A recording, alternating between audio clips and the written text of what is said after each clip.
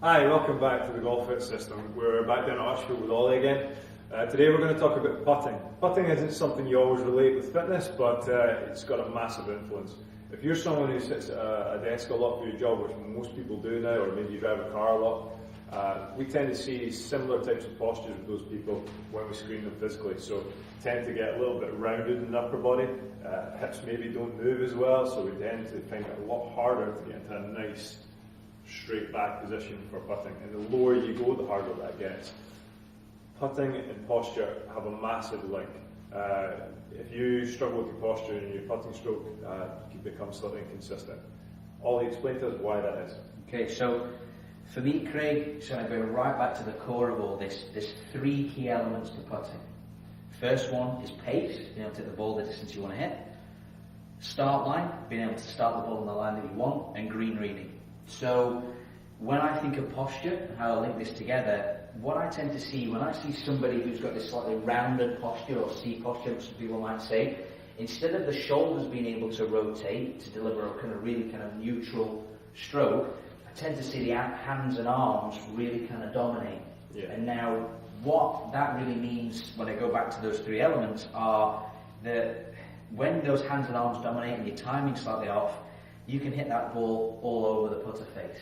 That has a massive influence on the pace you're going to hit, which is kind of the core thing I believe to start with. So, not to say that this is an absolute rule, because there's some wonderful putters out there that use hands and arms, right? Yeah, we can all think of some exceptions. Obviously, Jack Nicklaus is one you can see back in the day. You've got to remember though, the top players in the world, they're putting 7 days a week. They're doing all sorts of drills in the putting green, whereas most of us are only doing 1 or 2 days max, if we're lucky. Yeah, I mean, we're not being absolutism here. It's really making sure that we're just reducing all the variables to help you play that a little bit better. And I believe really solid posture is a massive foundation to good putting. Yeah.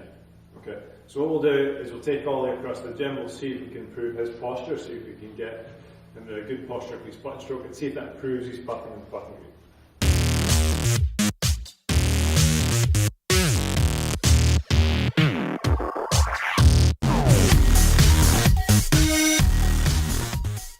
Okay, so we've made our way into the gym. Ollie's got his kit off already, he's got his tap off, he's ready to go. Alright, so what we're going to do is we're going to do 3 exercises. We're going to do 1 for trying to mobilise or extend upper back.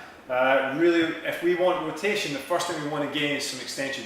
Your spine doesn't work very well in more than one plane motion, so we need to make sure that it's straight and nice and extended before we can get the full rotation we want from it.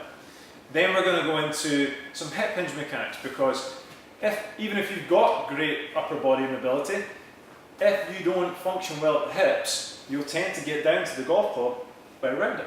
So what we really want is to make sure that your hip hinge is working well, so that you can keep your spine straight, and you've got a nice straight spine, you can get some rotation. And then thirdly, we're going to try and add those both together, and we're going to put it into a challenging position for Ollie to try and rotate his upper body while not stealing anything from his body. So, first one we're going to do, we're going to get Ollie to kneel on this pad. So 2 knees on the pad, Ollie. And we're going to bring across the Swiss ball, the stability ball here. You can use a chair or a bench for this. You can use just about anything you can get your elbows on. So Ollie's going to stick his elbows right in the front there. It's important that your forearms are fairly vertical. What he'll do is sink back onto his heels, and he's going to drop his head and chest into that gap there. Really important his arms stay upright and hands stay apart. You'll feel your hands want to collapse together here. You want Ollie to open his hands up. So it's going to put some real stress on the upper back here for mobility, but also into the outside of his external shoulder rotation. As you do that, breathe out. Really important to relax into that position and hold your breath and restrict yourself. Okay, Ollie, we'll get you to stand up. If you don't have a Swiss ball, you don't have a bench or a chair, if you're on the first tee, for example, grab a driver, we could do something similar. What we're going to do is get Ollie into a bit of a deadlift position, so slight knee bend with this one. We're going to get him to push his hips back. Again, he's sinking in. Now with the arms straight, you'll feel this much more in your lats. Now for some of you that might be okay, but for those of you who have got quite a round upper body, what I want you to do is, what Ollie's doing here is bending his elbows towards the club shaft and trying to get his elbows close together. Again, we want that shape there, not this shape, okay? So bring your elbows close together. Again, he takes a deep breath when he gets to the bottom. Back up, back in. Keep it quite dynamic, especially if you're about to play. We don't want to hold anything for too long. Great. So, 2 options there for that. Next one we're going to do is we're going to improve, as promised, Ollie's hip hinge. So what I want to do now is, we're going to use a bit of a Gray Cook favourite here. We're going to use a toe touch with a little bit of a toe raise. So Ollie's feet are together, you can use anything for a toe raise here, even a book. We're going to give him a pad and he's going to pop that between his knees. Now, quite a dynamic one again. All we want to do is practice Ollie's toe touch, so reaching for his toes, breathe out at the bottom, and then come back up. Now, every time he does this, you'll see that with the toe raise, it forces your weight back into your heels, which is great, because what we really want to see here is your hips moving back and out of the way, give your spine room to stay in the same position. If you don't move your hips out of the way, that's when you'll tend to round. So, great one to do before you play. Alright, I'll take that, now you're getting familiar with it, but we'll get rid of it now. And then the last one we're going to do is we're going to get Ollie into a half kneel position. So half kneel position is like you're going to get knighted. So this is what Ollie's been waiting for. Okay, and then we're going to get, from here, Ollie's going to bring his arms up, elbows high, and he's going to try and turn, basically without falling over. Some of you will feel this is quite an unstable position for you when you first try it. And if we get someone like Ollie who's actually doing this for well, we can challenge them a little bit more by narrowing their base. So his foot's going to go towards you, his back foot's going to go in line. You can see instantly stability is a little bit harder. So if he steals anything from his lower body in terms of rotation, he's going to fall over. Instant feedback. It's really important to get that lateral stability so that he can get the rotation. Okay, so slightly different levels there, just narrow up or widen it depending on how hard it is for you. Okay, so we've got those 3 exercises. We've got one for mobilising and extending the upper back so that we can get the rotation. We've got one for hip hinging, getting back into a toe touch. Any toe touch will do. That one's one of my favourites. And then the last one is trying to put those two together to get a feeling for how you rotate without stealing from your lower body. So we're giving Ollie what he needs. Let's see if he can go and take it out to the putting green now. Let's do it.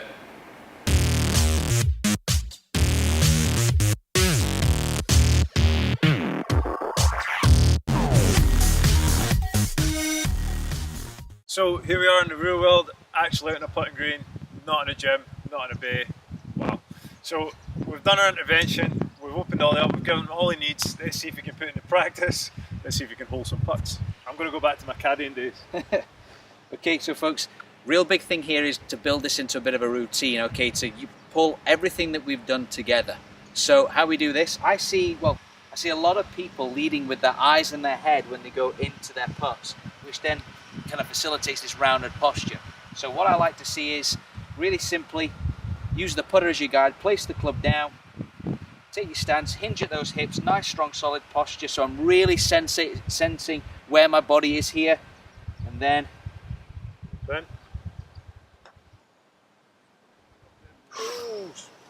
close. Okay, so here we go again. Same again, just going through the routine. Club, hinge, nice solid posture, and holds it. So I think that's really important what he said there. You've got to build this into a routine. It's all very well doing the work in the gym, but you've got to make sure that when you go out to the golf course, you've got something that you don't have to think about too much, something that's consistent, you can go back to time after time. So build that routine, make sure that you're taking your new posture into routine, and we should get some more improved putts. You might hold some like Ollie as well. Absolutely, folks. So that just leaves me to say thank you ever so much for tuning in. Please like, share, subscribe. Feedback's been great so far. Keep it coming, and we'd love to hear a little bit more about what you might want to see from Craig and I. Thanks for watching.